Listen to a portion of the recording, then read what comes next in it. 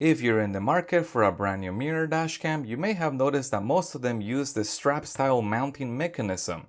The digital mirror gets placed on top of the original mirror of the vehicle, and then it is secured with these two silicone straps, one on each end. And while this does work well, some people want to eliminate you having to use straps or having to have one mirror and stack on top of another mirror. And on a prior video, I showed you how I did that using a conversion kit that looks like this. The conversion kit eliminates the straps completely and provides for a more clean, factory-looking installation. However, these conversion kits are not universal. They are sold in different sizes, and the size has to match the size of the dashcam that I am looking to convert. But what if I really wanted to convert my mirror dashcam to a direct mount style, but there is no direct fit kit available yet that matches the size of my dashcam? I found a way to do so, and I'm going to demonstrate that it does work by converting my Wolfbox T10 mirror dashcam to a direct mount style. Currently, there is no kit available for this dashcam, and I really want to convert this one because I really like the video quality and its size. And while this video is going to be demonstrated on a Wolfbox T10, the same technique that I'm going to show you can be applied to other dashcams out there that do not have a size available for them yet. Let me show you how I did it. Hi guys, welcome back.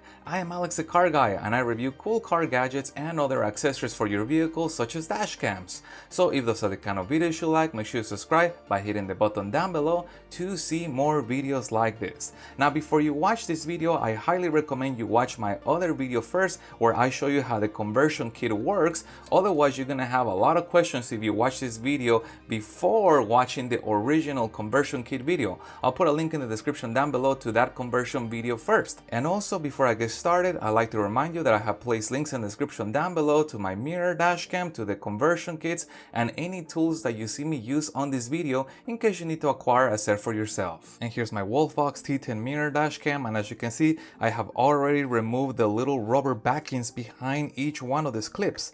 Now all I'm gonna do is take all four of the screws off so I can remove the clips completely. And with the screws removed, I can just remove these little pieces of plastic. Now I'm gonna save them just in case I ever need them back in the future. They literally just come off as two pieces, an insert and the actual strap. And I'm gonna remove all four of them. And as we learned on the original conversion video, we are looking at the distance from here to here and the distance from here to here for a direct kit fit to work.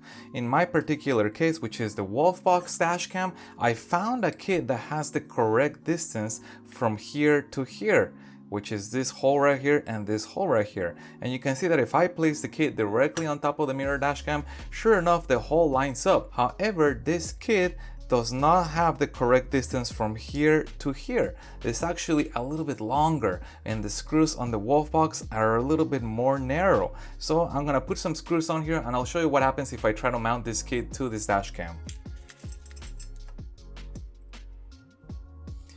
One more.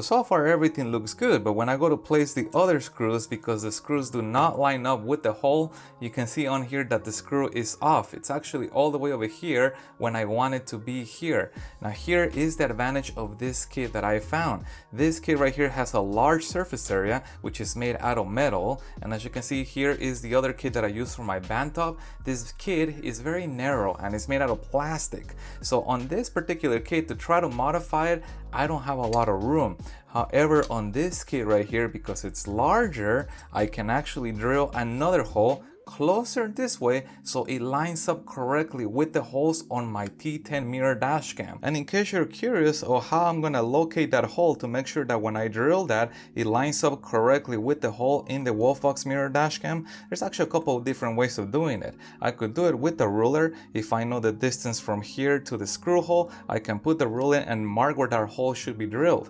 I love using calipers, so calipers is another way of doing it. Same thing, I know the distance between the two places where I need to be, and I can put my caliper on here and then put a little dot right here and then drill in there.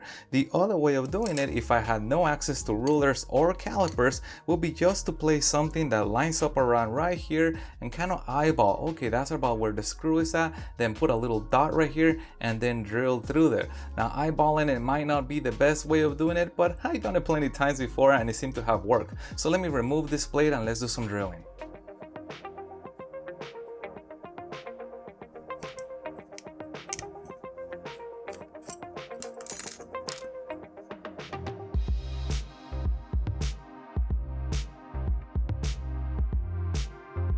And here's my modified backplate with the 2 additional drill holes on there. So I'm gonna put all the little screws on here and hopefully I got the position of those holes right.